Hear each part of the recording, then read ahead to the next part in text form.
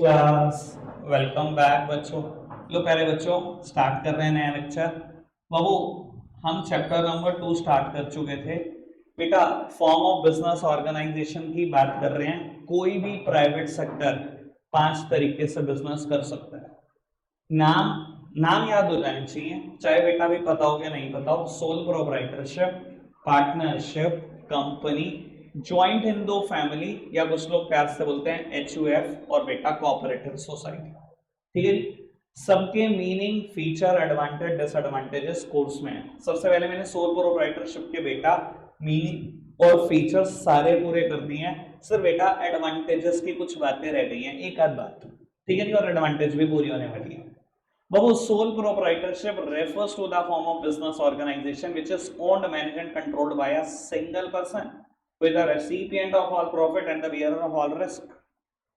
याद आ रही है बात? बाबू आज याद कर लो क्योंकि कब सुनाना है आपने, ध्यान रखना। ठीक है जी, अगर अब भी याद नहीं आया तो मैं बताऊंगा बेटा कल कैसे याद होता है। ठीक है जी। बाबू sole proprietorship refers to the form of business organization which is owned, managed and controlled by a single person. एक ही आदमी है, ओनर भी वही, मैनेजर भी वही, कंट्रोलर भी वही।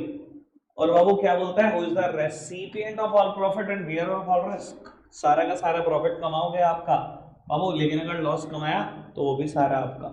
ये पार्टनरशिप नहीं है जब बांटने के लिए कोई ना कोई इंसान मिल जाएगा आपको। ठीक है जी। फिर बाबू हमने बहुत सारे फीचर की बात करी। सबसे पहले फॉर्मेशन एंड क्लोजर की बात करी, लायबिलिटी की बात करी। एक फीचर था sole risk bearer and profit recipient. एक फीचर था कल कंट्रोल, जिससे मैंने क्विक डिसीजन मेकिंग मेरिट निकाली थी। फिर बाबू हमने एक बात करी नो सेपरेट एंटिटी की। फिर लैक ऑफ बिजनेस कॉन्टिन्यूटी की। याद है बेटा sixth feature, lack of business continuity. Business में कॉन्टिन्यूटी नहीं है, एक ही तो आदमी है। भगवान न करे मर जाए, इंसॉल्वेंट हो जाए, मेंटली इल हो जाए, फिजिकल एलिमेंट हो जाए, इम्प्रिजनमेंट हो जाए, बाबू it lead to the detrimental impact on the business और even lead to the closure of the business. या तो बिजनेस पे खराब इंपैक्ट आएगा या ऐसा हो सकता है बिजनेस बंद ही हो जाए। ठीक है जी।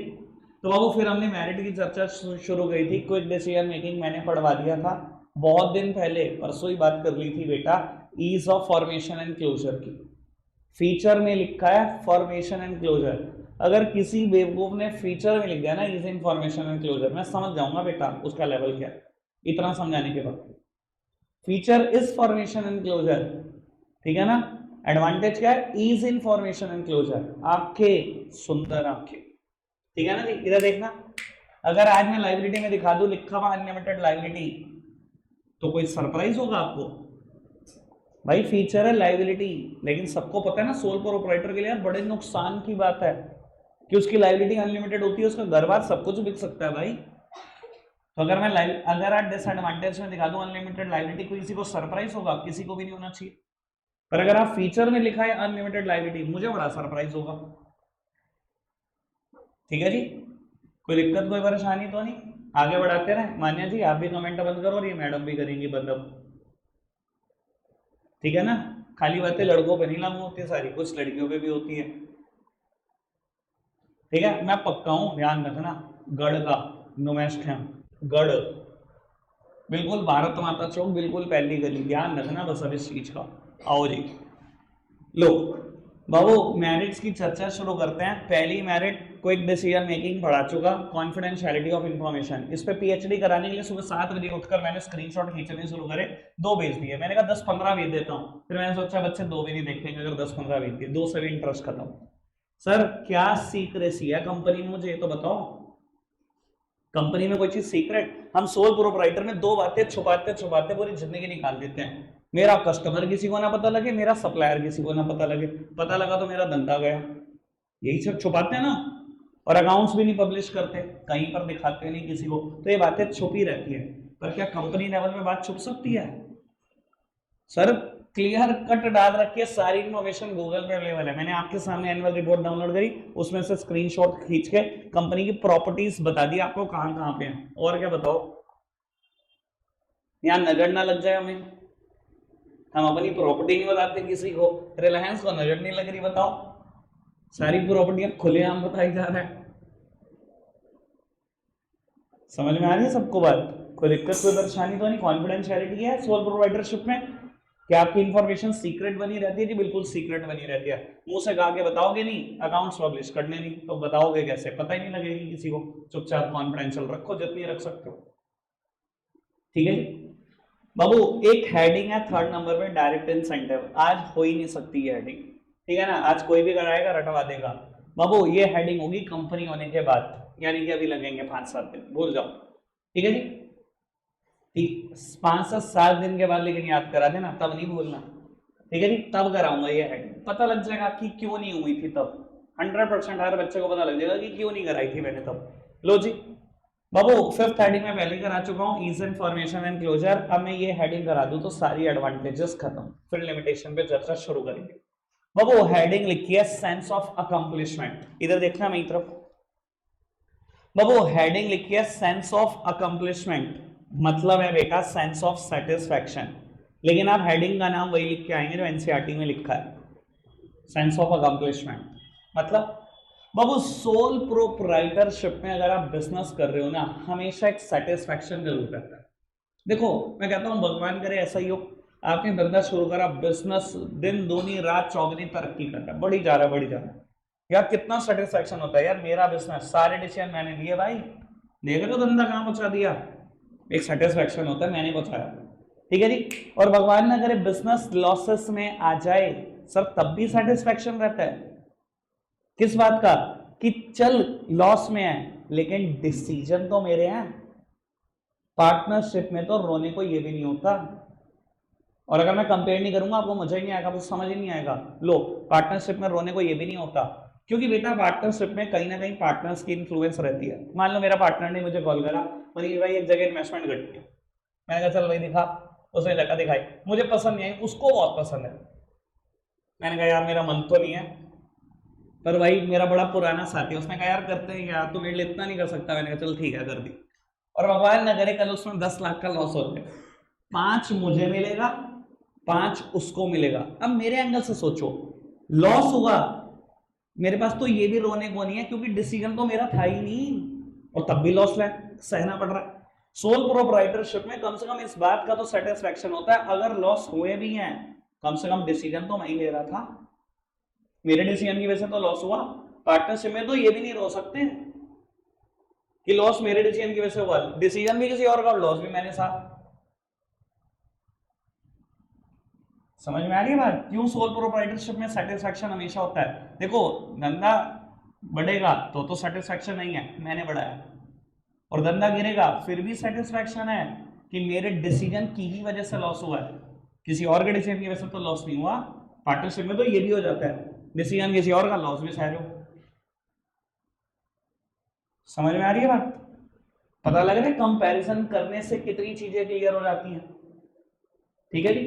बाबू फटाफट से हेडिंग पढ़ेंगे क्योंकि शायद इसके बाद बहुत देर के बाद टाइम दूंगा पढ़ने का, पढ़ना फटाफट से।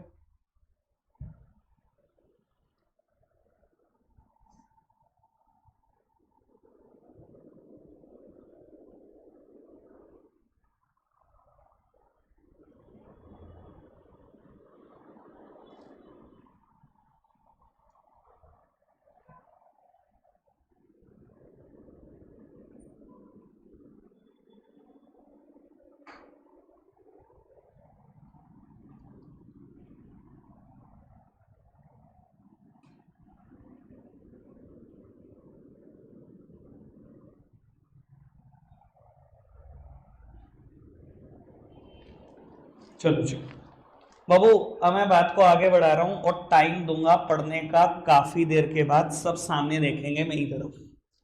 बेटा लिमिटेशन पर वापसी हो रही है, और पहली लिमिटेशन है लिमिटेड रिसोर्सेस। सब मेरी तरफ देखेंगे, आराम से बात को समझेंगे। बाबू हेडिंग है लिमिटेड रिसोर्सेस, ये हेडिंग ना बेटा 4 बार आएगी आपके सामने। सोल प्रोप्राइटरशिप की लिमिटेशन है, पार्टनरशिप की भी लिमिटेशन होगी, एचयूएफ की भी लिमिटेशन होगी, और कोऑपरेटिव सोसाइटी की भी लिमिटेशन होगी। कभी भी नहीं आएगी हेडिंग कंपनी में, हमेशा आएगी बाकी चारों जगह। और चारों जगह पता है इसे क्या कर रखा होगा? कंपनी से कंपेयर। सब सामने देखेंगे। कहता है सोल प्रोप्राइटर तेरे पास रिसोर्सेज हैं ही कितने? बड़े लिमिटेड। तो अकेला आदमी कितने पैसे ले आएगा भाई? क्या ले आएगा? अपनी पर्सनल सेविंग ला सकता है, फटाफट मेरी तरफ देखते रहना, अपनी पर्सनल सेविंग ला सकता है, बस वो ले आएगा, और लोन ले सकता है, लोन ले आएगा, बस यही कर सकता है। सर एक बात ध्यान रखना, हमेशा कभी भी आप ऐसा नहीं सुनोगे कि एक सोल प्रोप्राइटर था और बैंक ने लोन कर दिया 100 करोड़। कभी सुना है किसी सोल प्रोप्राइटर को 100 करोड़ का लोन हुआ? बताओ आप में से किसी ने कभी? सर सुनोगे ही नहीं। क्यों बेटा? बैंक ना सोल प्रोप्राइटर को 2 करोड़ 5 करोड़ 10 करोड़ बस, ऐसे ज्यादा सीमा ही नहीं रखता। ऐसा क्यों? कोई मुझे लॉजिक बताएगा? कोई लॉजिक बताना चाहता है? हाँ जी सर क्यों? बहुत बढ़िया, बहुत ही बढ़िया पॉइंट। क्योंकि भाई अकेला आदमी है, कल मर गया बाबू, कल जेल हो गई, कल मेंटली लो गया, पैसा कहां से आएगा? रिकवरी नहीं होगा, कभी भी नहीं होगा, और बैंक अपना लॉस नहीं करेगा, आंखें बंद कर लेगा जानबूझ के। तो बाबू बड़ी सीधी सी बात है, कहता है सोल प्रोप्राइटर तो अकेला आदमी कितने ला सकता है? करोड़ रुपए, 5 करोड़ 10 करोड़ 15 करोड़ 20 करोड़, बस यही ला सकता है।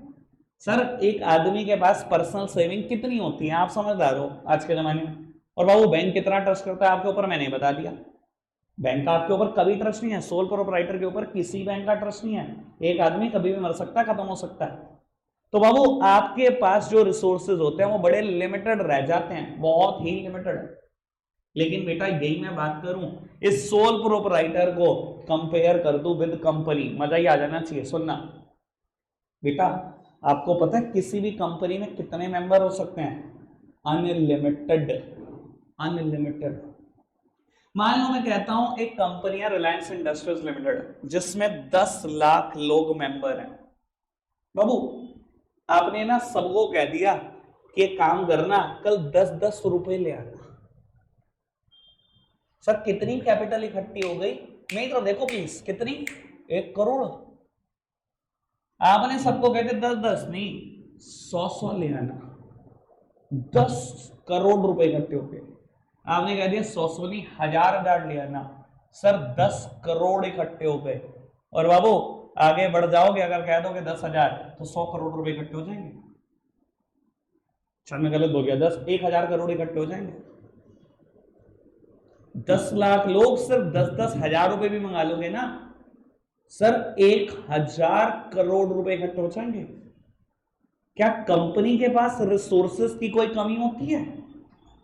Sir as compared to a company, कोई भी प्रोपराइटर है उसके पास बड़े लिमिटेड रिसोर्सेज नजर आएंगे। कोई भी इसके सामने गरीब है, कोई भी पार्टनरशिप फर्म भी, एचयूएफ भी, कोऑपरेटिव सोसाइटी भी, मैं वहां भी ऐसे ही बोलूंगा as compared to a company. शुरुआती साइडिंग कैसे होती है कि कंपनी से कंपेयर करके देख लो, आपको नजर आएगा फटीचर है आदमी, कुछ है ही नहीं।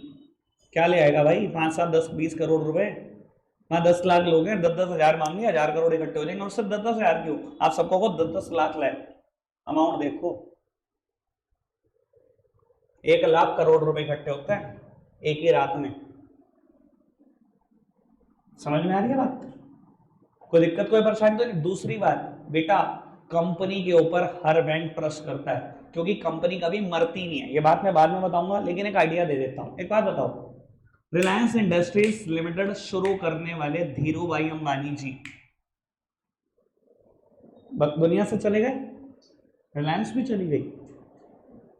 नाम सुनते हैं सब, रिलायंस तो नहीं मरी, और भगवान ना करे जाना सबने, एक दिन मुकेश अंबानी भी जाएगा। सर रिलायंस तब भी नहीं मरेगी। जब कंपनी की अनलिमिटेड लाइफ है तो बैंक डरेगा क्यों? बैंक कहता कितना लोन चाहिए? रिलायंस ग्रुप ने कहा जी कुछ नहीं, बस ये देख लेते 5-1 लाख करोड़ का। अच्छा ले भाई 5 लाख करोड़। और मैं एक्चुअल बात बोल रहा हूं, रिलायंस के ऊपर 5 लाख करोड़ का कर्जा है, टाटा ग्रुप के ऊपर 10 लाख करोड़ का कर्जा है, अडानी ग्रुप के ऊपर 8 लाख करोड़ का कर्जा है। 8 लाख करोड़, समझ में आ रहा है? इनके पास रिसोर्सेस कितने हैं? 8 लाख करोड़, सपने में भी नहीं आती बाबू इतनी बड़ी रकम है सोल प्रोप्राइटर के। सर इसीलिए इसका बिजनेस ना, क्योंकि पैसा नहीं है ना, देखो बड़ी सीधी सी बात, बिजनेस स्मॉल स्केल पे ही रह जाता है। ये एक ही शहर में खत्म है, दूसरा शहर ही नहीं देखता ये सोल प्रोप्राइटर का भी। और बाबू ये बाबू नेशन वाइड कंपनियां, ये मल्टीनेशनल कंपनियां बन जाती हैं। क्यों? क्योंकि रिसोर्सेज की कोई था ही नहीं है, कोई लिमिट ही नहीं है बाबू। भर भर के रिसोर्सेज, कुछ तो अपने शेयर होल्डर ही दे देते हैं, भर भर के अपने मेंबर ही दे देते हैं, कुछ बाबू बैंक तैयार है, जो मर्जी रकम बोल दो, लोन मिलना ही मिलना है, मना होती ही। समझ में आ रही है सबको बात? क्लियर है बात? मैंने जो बोली लिमिटेड रिसोर्सेज, क्या मैंने हर एंगल से क्लियर कर दिया आपको? पक्का से? बढ़ाएं बात को आगे, पढ़ने का टाइम दूंगा मैंने कहा था, लेकिन थोड़ी देर लगेगी। चलो जी, सब सामने देखते रहो जी। बाबू अगली दो हेडिंग सेम है, बस आप सामने देखना। बाबू सेकंड नंबर पे हेडिंग लिखी है limited life of a business concern. बेटा sixth feature cut copy paste से, सिक्स्थ फीचर था लैक ऑफ बिजनेस कॉन्टिन्यूटी, कि बिजनेस में कॉन्टिन्यूटी नहीं है। इसका क्या मतलब है? इसका भी मतलब यही है, बिजनेस में कॉन्टिन्यूटी नहीं है, limited life of a business concern. बस बाबू हेडिंग चेंज है, वो फीचर है, ये लिमिटेशन है। वो आंखें हैं, और ये बाबू बुरी, मैं क्या ही बोलूं, भगवान के लिए तो खैर नहीं बोलता है बात, ठीक है ना, बस समझ लो बात। आंखें उसी में से निकलनी है, सुंदर भी उसी में निकलनी है, बुरी भी, तो बुरी निकली है बस। क्लियर है बात? ऐसे ही बाबू थर्ड अनलिमिटेड लाइबिलिटी, वहां सेकंड फीचर था लाइबिलिटी, उसी में से निकला है अनलिमिटेड लाइबिलिटी। सारा मैटर सेम, कहीं इसका अलग अलग मैटर पढ़ने मत बैठ जाना, फिर तो तुम्हारे से बड़ा बुद्धुन देखा। सिर्फ हेडिंग रटो, मैटर सब वही चिपकाना। तीन लिमिटेशन भी डन। आओ जी बोर्ड डाल ले, लास्ट हेडिंग और बिजनेस स्टडीज का सोल प्रोप्राइटरशिप वाला टॉपिक खत्म। लो बाबू लो, खत्म करते हैं इसको। चलो जी बाबू, हेडिंग का नाम है लिमिटेड मैनेजरियल एबिलिटी, ठीक है जी। बाबू जब मैं समझा दूंगा तो मैं दोनों हेडिंग रीड करने का मौका दूंगा, रीड कर लो अच्छे से। मैंने एक हेडिंग लाइबिलिटी आज तक पढ़ने नहीं दी, वो भी रीड कर लो, ठीक है जी, कुछ रहना जाए, क्योंकि कल आपने सुनाना है मुझे, मैं बताकर भेजूंगा क्या सुनाना है, ठीक है ना। हाँ खाली मैं थोड़ी बाबू, मैं ही पढ़ाता रहा हूँ। तुमने कभी जिंदगी में बिजनेस स्टडीज की किताब नहीं उठा के देखी? आज दो को चैप्टर का नाम नहीं पता, आज दो को ये नहीं पता टोटल बुक में चैप्टर कितने, ये मैं ही थोड़ी लगा रहूंगा। आओ बाबू करते हैं क्या चर्चा शुरू। बेटा कहते हैं लिमिटेड मैनेजरियल एबिलिटी, चलो खैर समझने की कोशिश करना। कहता है सोल प्रोपराइटर, केशव भाई सामने देखो, और हर्षित अब तू सामने देख ले बेटा, और मुझे कभी कभी लगता है तेरी गर्दन बांध देनी चाहिए ऊपर, लेकिन नीचे देखना भाई। अब लिमिटेड मैनेजरियल एबिलिटी, पता नहीं किसके बारे में सोचता रहता है क्या कोई? बता दे आज। देख सब हंस रहे, सब शक कर रहे कि कोई नहीं है, तू बता के आज नाम सबके ना भ्रम तोड़ दे। क्या कह रहा? शकल पे तो खैर ना ही जाओ, आज के जमाने में पता नहीं कौन कौन क्या क्या क्या लेके घूम रहा। चलो खैर, लो जी सामने देखना। सन्नी लियोनी तो आती है तेरे सपने में भी। आओ चलो जी, हाँ खैर आती है, फिर ठीक है बिल्कुल। सामने देखो, लो जी। हाँ बोर ज्यादा होते हो ना तुम, तो मुझे लगता है तो हाँ हंसा दूँ आपको। बाबू कहते हैं लिमिटेड मैनेजरियल एबिलिटी, बेटा कहता है सोल प्रोप्राइटर, तेरे जो मैनेज करने के स्किल्स है ना वो भी बड़े बेकार है। क्यों? अब समझते हैं इस चीज को, और मैं कंपनी से कंपेयर कर दूंगा तो आपको लगेगा यार बिल्कुल क्रिस्टल क्लियर गई बात। देखो एक सोल प्रोप्राइटर है, कितने काम में एक्सपर्ट हो सकता है, बहुत पढ़ लिख गए, कितने काम में। आपको पता है बिजनेस में एन नंबर ऑफ फंक्शंस होते हैं जिसको आपको मैनेज करना होता है। देखो रॉ मटेरियल आपको परचेज करना है, परचेज आपको संभालनी है, प्रोडक्शन आपको संभालना है, गुड्स प्रोड्यूस आपको करना है, सेल्स बेचना भी आपको है, मार्केटिंग आपको करनी है, एडवर्टाइजिंग आपको करनी है, बाबू अकाउंट्स आपको बनाने हैं, फाइनेंस आपको अरेंज करना है, इन्वेंटरी कंट्रोल आपको देखना है। Sir business is full of functions. Keshav भाई मैंने अगर एक बात भी पूछी बता नहीं पाओगे? बिजनेस में बेटा एन नंबर ऑफ फंक्शन है, परचेज है, प्रोडक्शन है, सेल्स है, मार्केटिंग है, एडवर्टाइजिंग है, इन्वेंटरी कंट्रोल है, अकाउंट्स है, फाइनेंस है, और पता नहीं कितना। सर कितना पढ़ लिख जाओ, कितने काम में एक्सपर्ट हो सकते हो? मुझे लगता है एक आदमी एक काम में एक्सपर्ट हो सकता है, दो में हो सकता है, बस इसके बाद खत्म है। मुझे लगता है कॉमर्स साइड में ना मैंने इतनी डिग्रियां कर ली, पर मेरे को लगता है आज भी अगर मैं धंधा करूँ ना भाई, मैं अकाउंट्स बना लूंगा किसी भी धंधे के, फाइनेंस संभाल लूंगा, बट अबाउट मार्केटिंग क्या मेरे पास स्किल्स नहीं है, मैंने कभी मार्केटिंग नहीं सीखी, मैं सेल्स नहीं कर सकता, मैं कभी प्रोडक्शन नहीं कर सकता। बहुत पढ़ लिख जाओगे सर एक काम में एक्सपर्ट हो जाओगे, और ज्यादा पढ़ लिख जाओगे दो में हो जाओगे।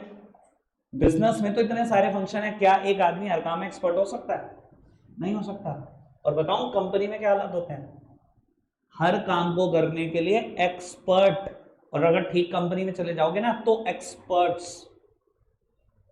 आपको पता है, सिर्फ एक बात करता हूं, रिलायंस में हर काम को करने के लिए एमबीए है, अलग अलग फील्ड के। मैं कहूं ना परचेस, तो परचेस मैनेजर्स हैं, मैनेजर नहीं, पता कितने होंगे? कम से कम होंगे ऐसे 100-200। एक बात कर देता हूं तो आपको जान के थोड़ी हैरानी हो जाएगी, फाइनेंस फंक्शन को मैनेज करने के लिए Reliance have a team of chartered accountants, 200 CA रखे हुए हैं सिर्फ एक फंक्शन को मैनेज करने के लिए, फाइनेंस। 200 एक्सपर्ट्स, एक्सपर्ट नहीं, एक्सपर्ट्स। सर कंपनी में हर काम के लिए अलग एक्सपर्ट नजर आएगा। आप बताओ तो सही, उसके मैनेजमेंट के सामने आपका मैनेजमेंट क्या है? आप चला रहे एक दुकान, आपको लगता है मैं एक्सपर्ट हूं, मेरे को सब आता है, मैं पूरी मैनेज कर लूंगा। वो सारे एमबीए बैठे हैं, सारे सीएस बैठे हैं, क्या करोगे उनका? समझ में आ रही बात? ठीक है जी, अभी मैंने बात खत्म नहीं करी, मेरी तरफ देखते रहो। कहता है limited managerial skill, sole proprietor, तेरे क्या स्किल बिजनेस को मैनेज करने के? एक आदमी कितने काम में एक्सपर्ट हो जाएगा? और बिजनेस में तो काम ही काम है। मैंने इतने सारे काम के एग्जांपल दिए, कितने काम में एक्सपर्ट हो जाओगे? एक में, दो में? बाबू ना तो मैं हर काम में एक्सपर्ट हो सकता, ना तो सोल प्रोप्राइटर हर काम में एक्सपर्ट हो सकता। दूसरी बात, एक्सपर्ट अपॉइंट करने के पैसे भी नहीं है। पहली हेडिंग बढ़ी थी लिमिटेड रिसोर्सेस, पैसे भी तो नहीं है कि सारे एमबी अपॉइंट कर दो, सैलरी दे दो, सबकी लाख लाख रुपए महीना सैलरी दे दोगे? बिजनेस में 20 फंक्शन है, 20 लाख रुपए महीना दे दोगे? इतनी तो टोटल कैपिटल होती है कई धंधों में, महीने के कैसे दे दोगे 20 लाख? टोटल पैसे ही 20 लाख लगा के धंधा शुरू की।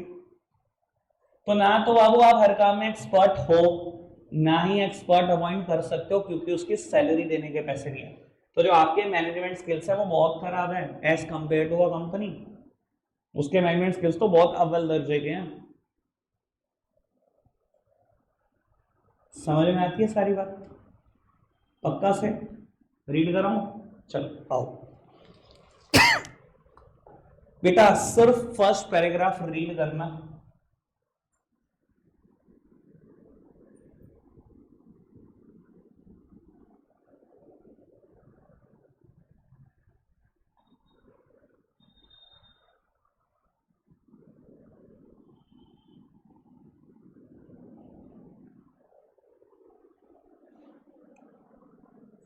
पूछ सकते हो बेटा प्रॉब्लम।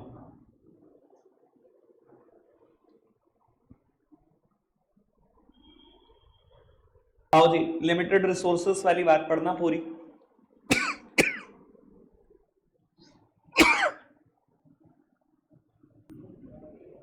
ठीक है जी बाबू, एक हेडिंग मुझे पढ़वानी है, लाइबिलिटी।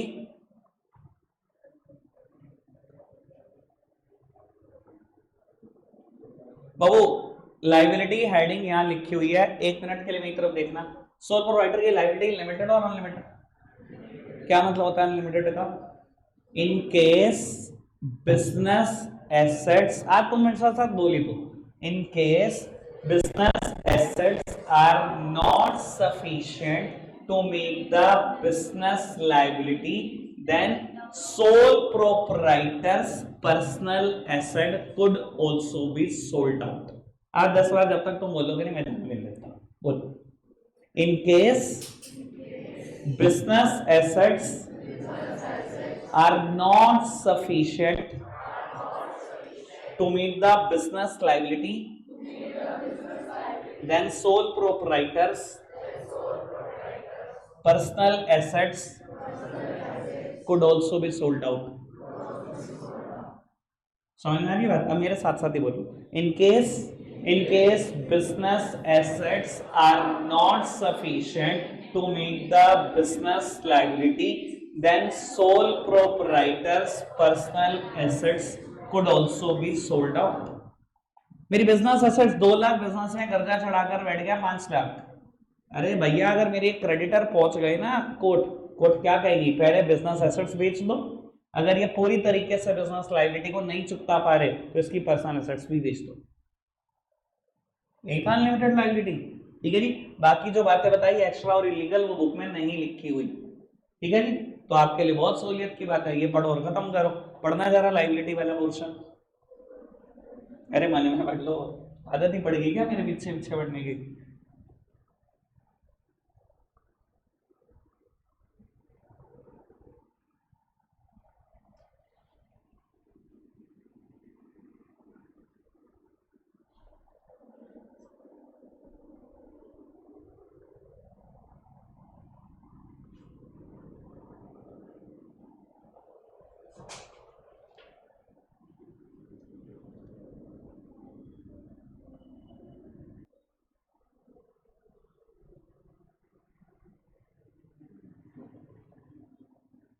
यहां तक पढ़ने के बाद इस पैराग्राफ के नीचे लिखा हुआ कहता है, सपोज करो किसी सोल प्रोप्राइटरशिप फर्म में कर्जे हो गए हैं 80,000 रुपए के at the time of dissolution.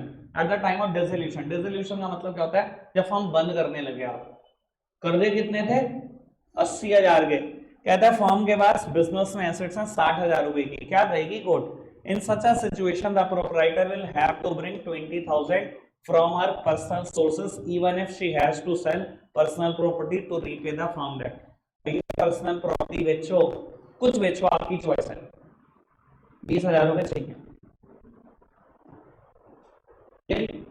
मैंने बाबू एक एक हेडिंग एनसीईआरटी से पढ़ा दी, जबकि मैं ये भी बोल सकता था कि पढ़ के कैसे आना है यार, थोड़ा सा तो होमवर्क वैसे भी बनता है, क्योंकि मेरा ना ये पढ़ाने के चक्कर में ना कोर्स थोड़ा सा स्लो हो जाता है। ठीक है जी।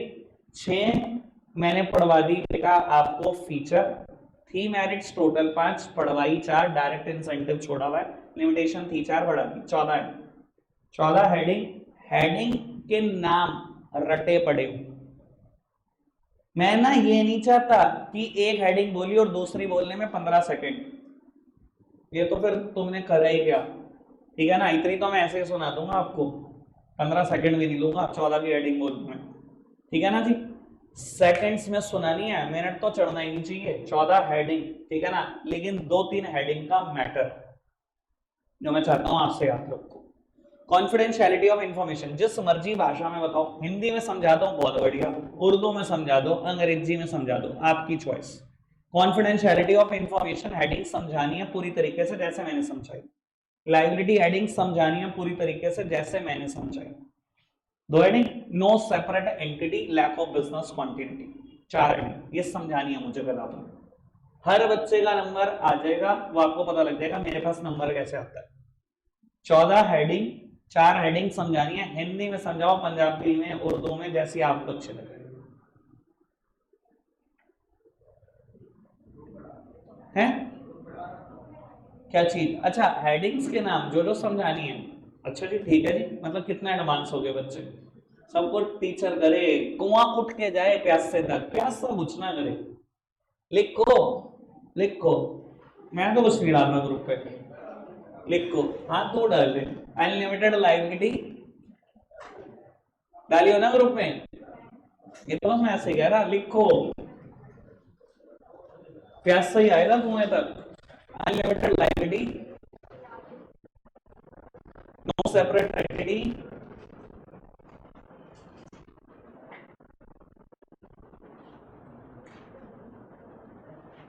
लैक ऑफ बिजनेस कॉन्टिन्यूटी, ले ले मेरे बेटे दोस्तों के राह में ले ले।